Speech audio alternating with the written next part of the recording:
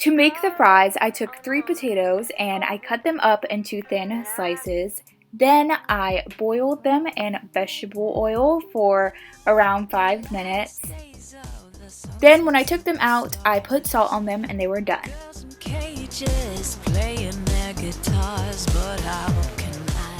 For the cookies, I took cookie dough and I rolled them up into balls. Then I placed them on a tray to go into the oven.